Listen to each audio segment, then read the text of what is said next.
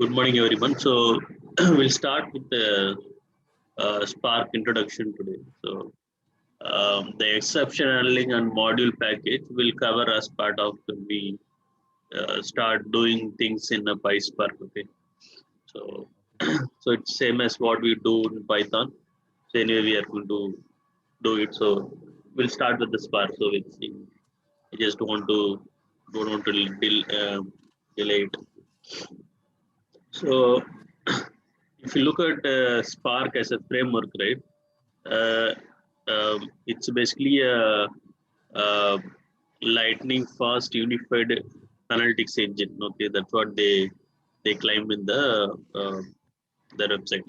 So basically, it is basically a processing engine. So if you want to, in a simpler term, if you want to express what is Spark, basically it's a data processing engine.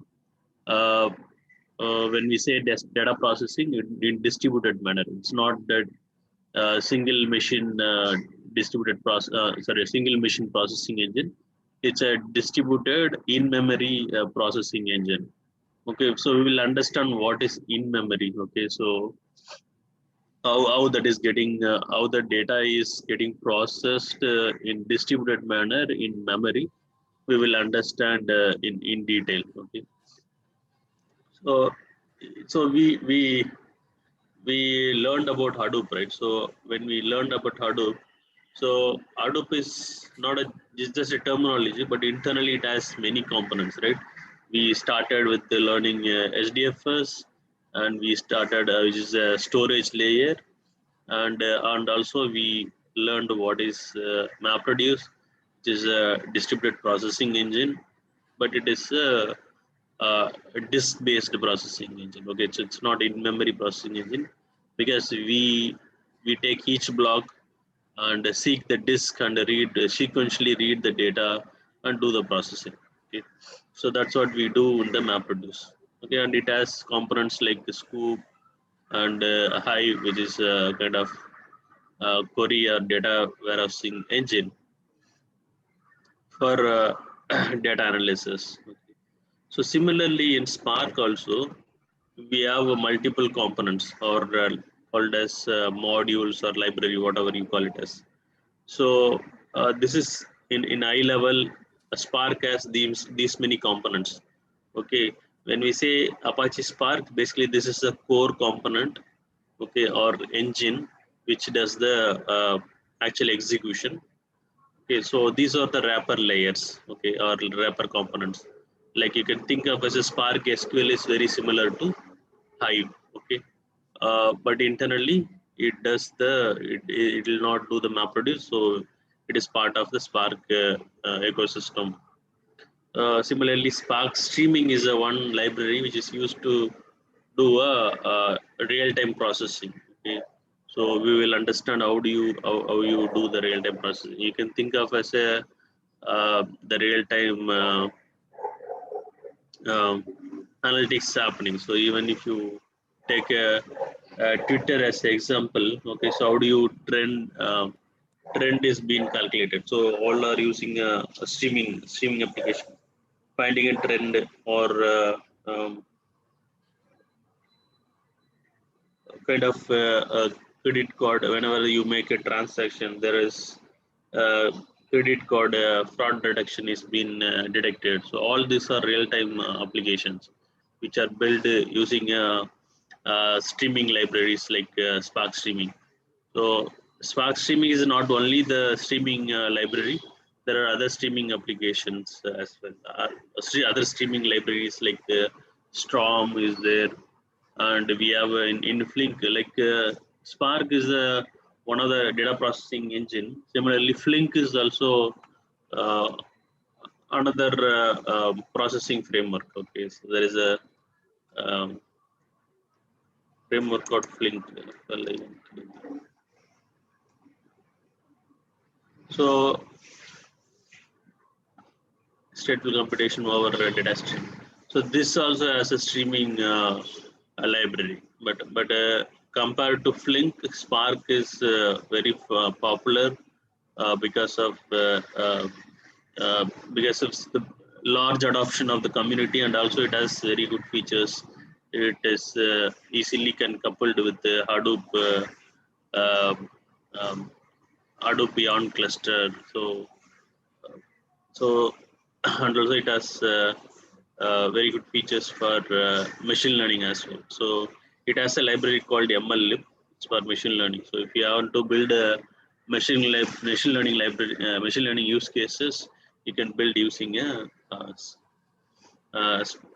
MLlib, which is called a Spark ML. Okay, and you have GraphX is another library for graph-related databases like Neo4j. There is a graph-based database called Neo4j. For those types of node-based databases, you can use GraphX.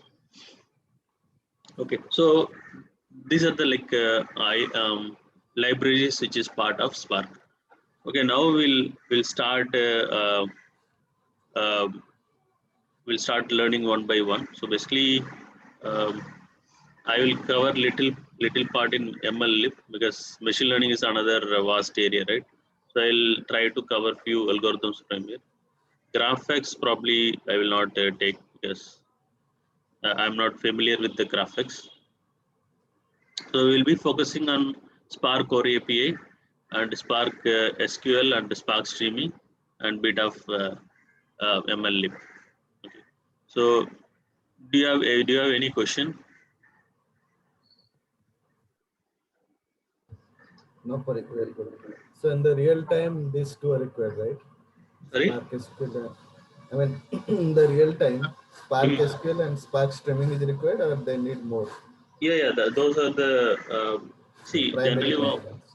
generally what happens. There are many kind of use cases, project use cases. Whenever you most of the place you will use Spark SQL. Okay, so Okay. Spark SQL is a kind of must go library. Yes, you like you have MapReduce and Hive, so people not using MapReduce anymore. They'll use Hive only. So similarly, Okay. the Spark. Sorry. No, there is a background noise. All right.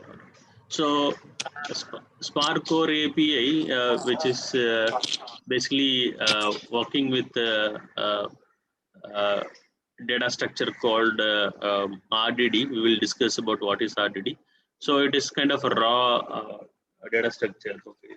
So few people are using it, but comparatively, Spark SQL is used more because it gives flexibility to express your computation in the form of query and DSL data flow data DSL data domain specific language. Like, see, this is here. It's very simple, right? So what they are doing is they're trying to read a JSON file. Okay, using a Spark a read JSON API. Okay, so the moment you read this JSON file, whatever you content you have, that becomes a data frame. Okay, data frame is nothing but you can think of as a RDBMS table. Okay, so it has rows and columns. So once you have a data frame table, so you can start doing analysis using SQL. Okay, or you can use a domain specific language which is similar like this. So there is a function called where you can pass a condition, and there is a function called select. You can pass a list of columns there in the data frame. Okay, so most people use Spark SQL. Means every use case will have a usage of Spark SQL. So and Spark streaming used whenever there is a need for stream processing or real-time processing. Only those scenarios Spark streaming used. It's so basically based on use case, like the project requirement, they will use Spark streaming. Similarly, machine learning also. So if my if my application is need any machine learning use case, then I may use MLlib. So most of the data warehousing migration, say example, if the people have the enterprise data warehousing, which is built using Teradata or Oracle or SQL Server. So if they want to migrate it to the data lake, the data lake is nothing but a enterprise data warehouse only. A data lake, so data lake basically built using a big data technologies. Same data warehousing only. Data lake is nothing but enterprise data warehouse only. But it is built using a big data technologies, and it might also build on the cloud also. So all this comes into picture. So It's a Hadoop based, or it can be different database also. So it is basically Hadoop, Spark, all. That's what when I say big data technologies, it covers everything, even NoSQL, everything. Okay. I cannot. I mean, Spark SQL. Can you use an Oracle, or we cannot use? So Spark SQL is basically, as I mentioned, it's a computation layer, right? So storage can be anything. So if we look at here, Okay. so okay, so if this is Spark, it can connect to the Cassandra, which is a NoSQL. It can connect to the HBase, which is also NoSQL. It can connect to the Oracle also. If you Oracle have data, then Spark can connect to the Oracle data, bring the data, and do the processing. Okay.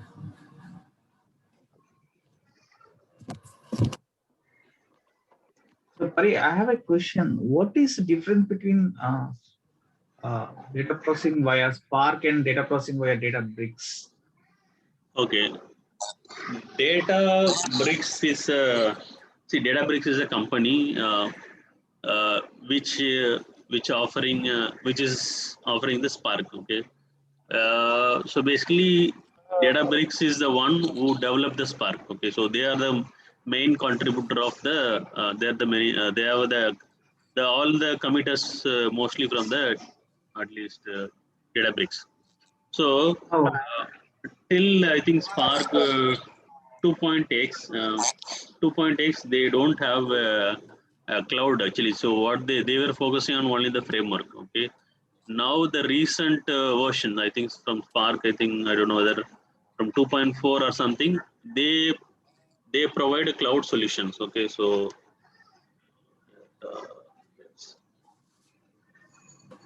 okay, so they started providing a cloud-based platform, which anyway the Spark is their own product, right?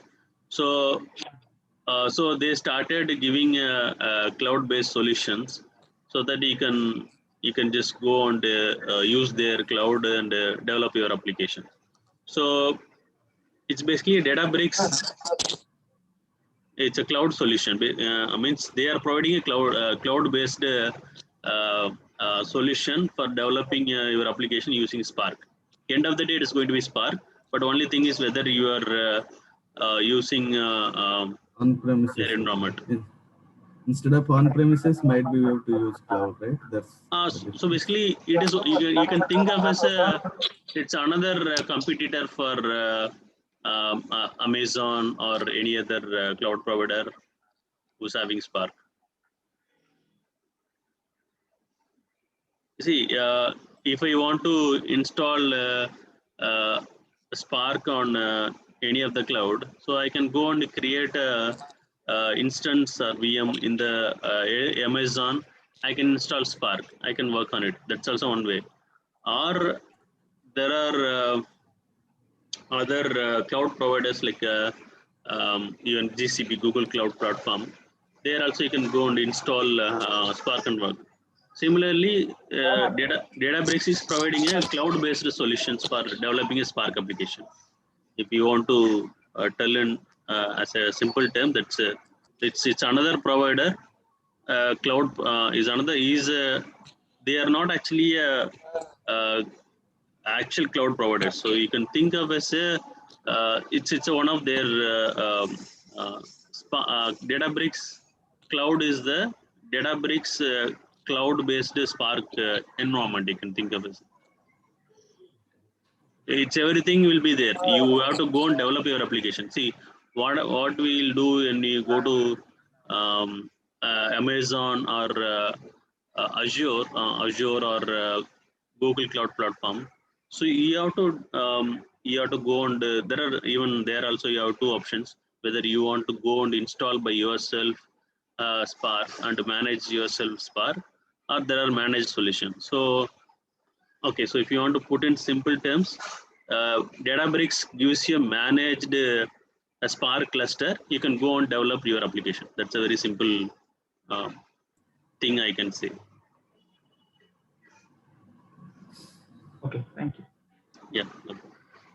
So and nowadays now Databricks is working very closer with Azure Cloud. I don't know what is because Databricks is not actually a cloud provider, right? Initially, they are not a cloud provider.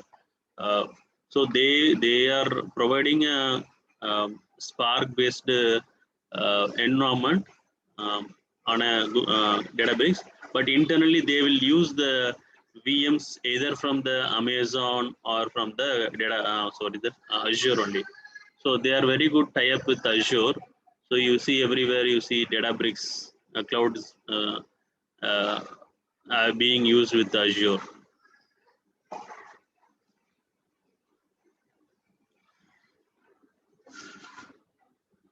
Okay.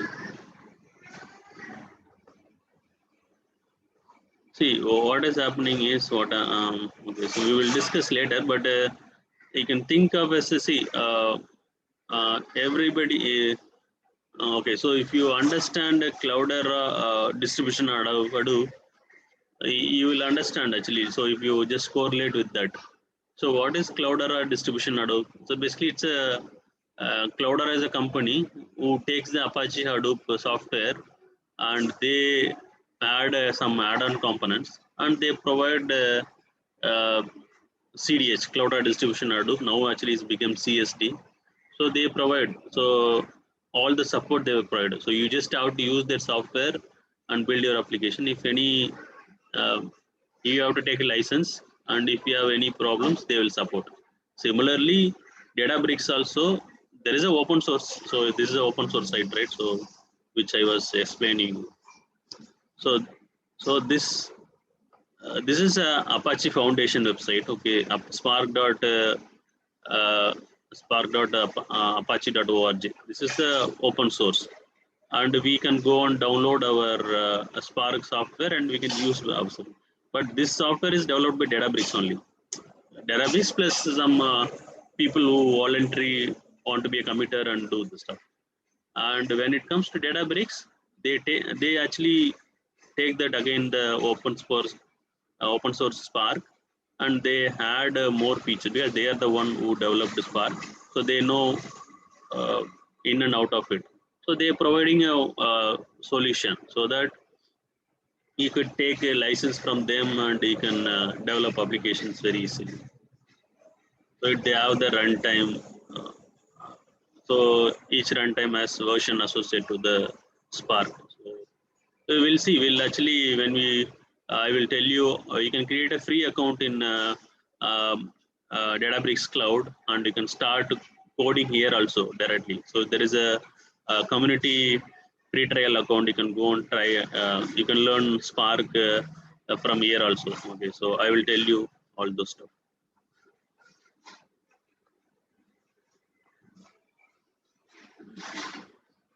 Okay, so now we were discussing about this, right?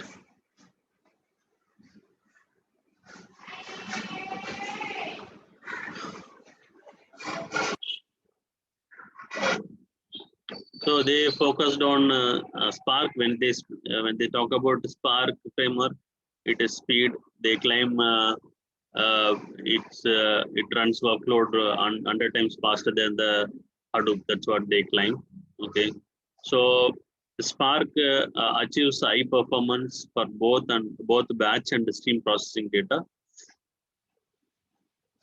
using a state-of-art DAG scheduler and query optimizer and physical execution engine.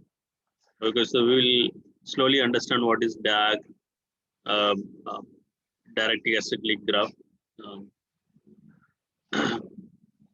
and ease of use. So write application quickly in Java, Scala, Python, R, and SQL. So Spark is a distributed processing engine. Okay, so what are the programming language it supports? So you can write a code.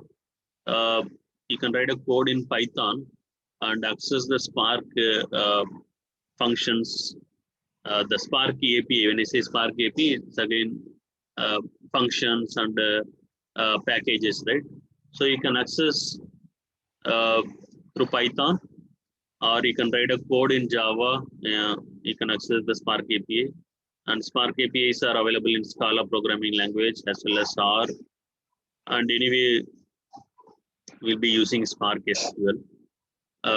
So these are the main programming language. Apart from the SQL, these are the main 4 programming language one can choose. Okay, so out of these 4, these 2 are very popular. Okay, and the Spark framework itself developed using Scala. So some of the people may prefer Scala to get more performance than the Python.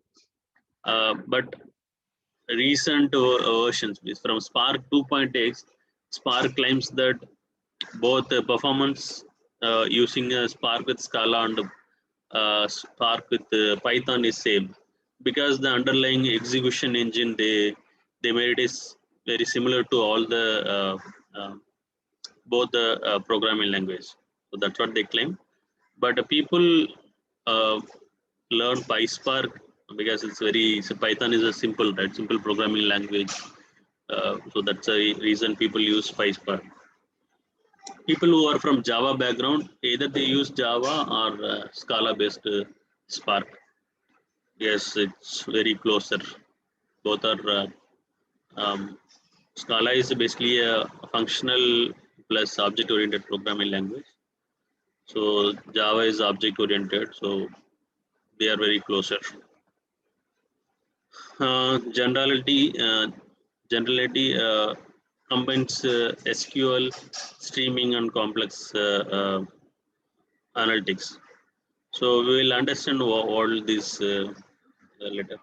And Spark runs anywhere. So a Spark can run on your Hadoop cluster. Okay, so it makes use of Yarn. Okay, so for Yarn for resource management. Okay, so Spark also has its own resource management component. Okay, either you can use that, or if you are building your Spark, say example, you are already having a Spark cluster, sorry, Hadoop cluster. Okay, so if you want to make use of Spark, then you can install Spark on your Hadoop cluster, and you can make use of Yarn. And Mesos is another cluster manager. Nowadays, Kubernetes also used as a cluster manager. Standalone anyway, it comes in with the Spark, and so Spark can be run on cloud as well, and it can access diverse data sources. So there are many more data sources it can go and access. This is a high level. This high level, what is basically a Spark and what we can do with Spark. So I'll just go with the high level. So because I don't want to get into initially with the internal things, we'll just go slowly. So we just know what is basically a Spark. Now we'll understand how to install a Spark. Okay, so we'll understand install Spark and how do you access PySpark and do some basic programming. Then we'll go and understand the architecture. So first of all, if you just try to install Spark and just start exploring what are the basic things we can do. So once you are familiar with that, then I will get into the architecture of Spark, how internally it works.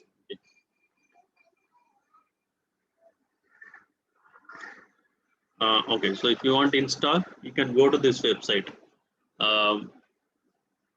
spark.apache.org and /downloads.html. If you go to this website, you can see you can choose the Spark version which you want to install. Actually, when I prepare this installation steps, I was using Spark, I think 3.0.1. I guess, yeah, 3.0.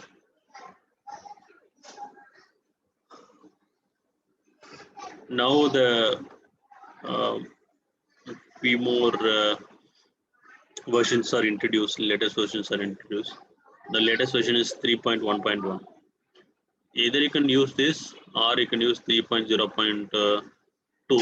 These two, you can take either these two. That's fine.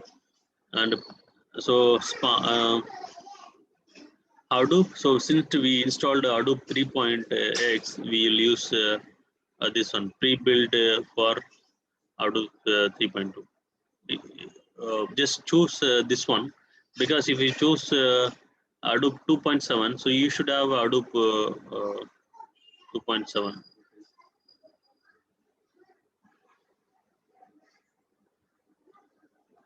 So it will come, basically it will have the jars or libraries which related to Spark 2.7. So since we have already Hadoop 3.2, so we'll use this option. And you can go and download this. You can click this, you go to this page, and you can download this. Okay, so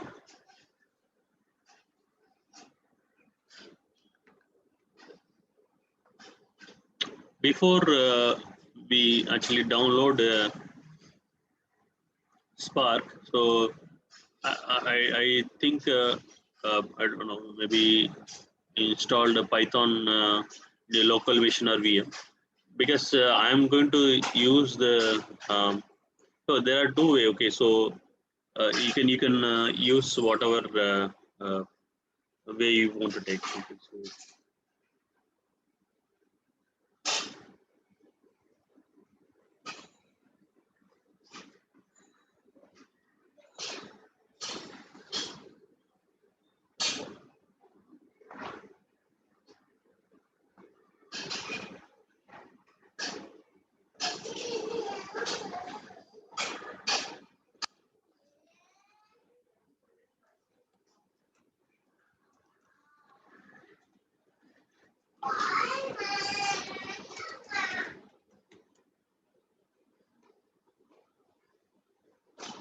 Spark on virtual machine.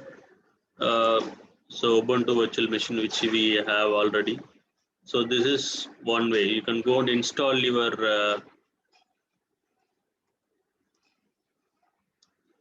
so you can go and install your Spark uh, on your virtual machine. Okay, this is one option. Okay, or you can go and install on Windows also. Okay, you can install it on Windows also.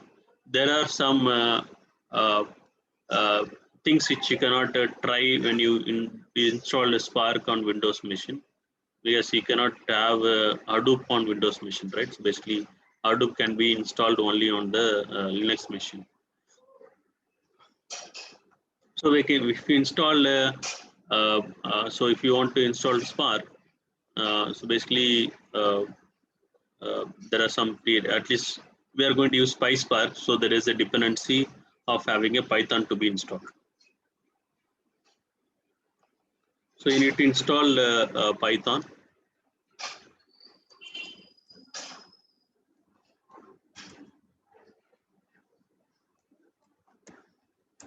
Okay, again you can go Anaconda Python or Classic Python.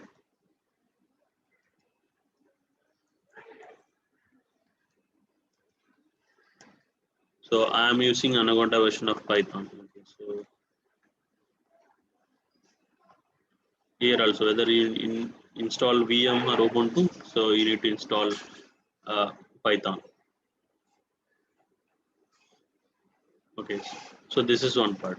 The second part is basically you need to install Scala. Actually, Scala because so okay, the main reason, main thing is the Java.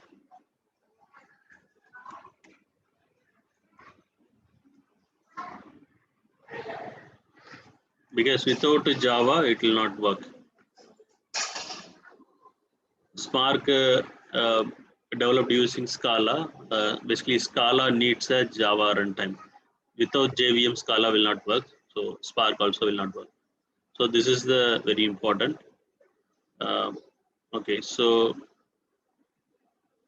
and then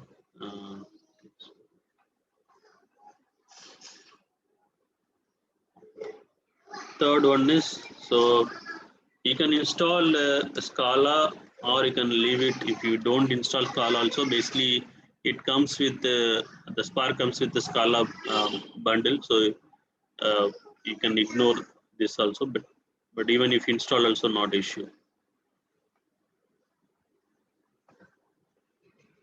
Okay, and yeah, that's it. Then you have to install the Spark.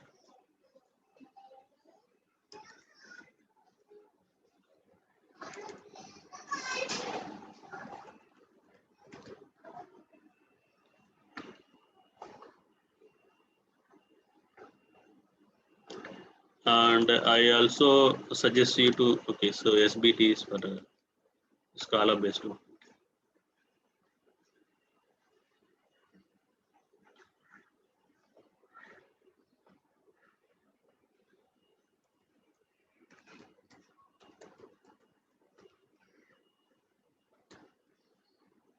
Then once you're done, you can start using a PySpark. You have any clarification or doubts on this?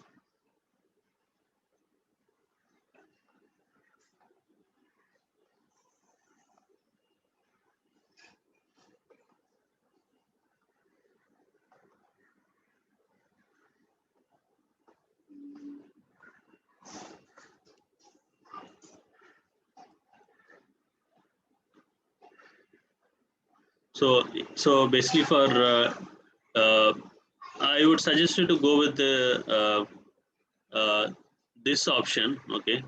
Or maybe if you feel that working on VM is very slow, you feel very slow for you, then you can obviously you can just go with the Windows also.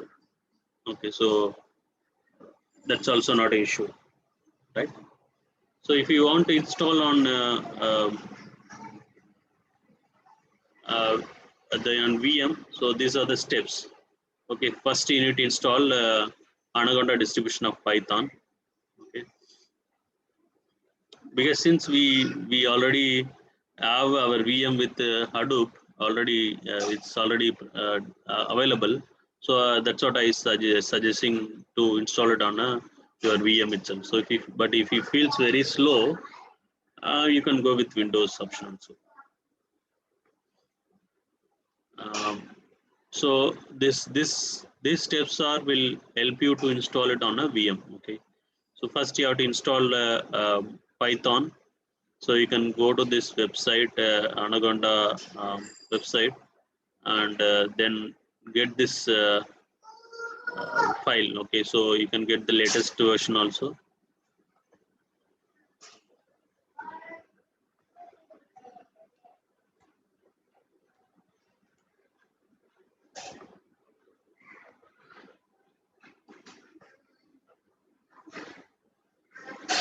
So you can get the if you are going to install it on Windows, sorry, Linux, you can get this .sh file. Okay. This is Anaconda 3 iPhone 2020.11. I was having 2020.707. So and then you can run this command to just check whether this the installer is basically it's proper. Okay, so it's whether it is not having any is it whether the correct installer or broken installer. So you can verify using this command. Once this is verified, then you can run this. Okay, so you can create a directory here. Okay, and then if you want, you can set the permission if it's not allowed. Because I'm installing it on my user folder only, so you should not see. You should not any issue on that. Suppose if you say success denied or something, some permission issue, then you can go and give this permission to this location. So basically, I am putting my even the Anaconda Python installation also under the software directory. Okay. So once this folder is ready, you can go and run this file using a bash command. Okay, bash and give your the Anaconda installer, which is a .sh file. So it will ask you where you want to install. So you have to give the path software Anaconda, which I created earlier step, and slash give the folder subfolder which not exists. So basically, you should give the folder path or the directory path which does not the final one which does not exist. The subfolder which does not exist. So till Anaconda I created. So I just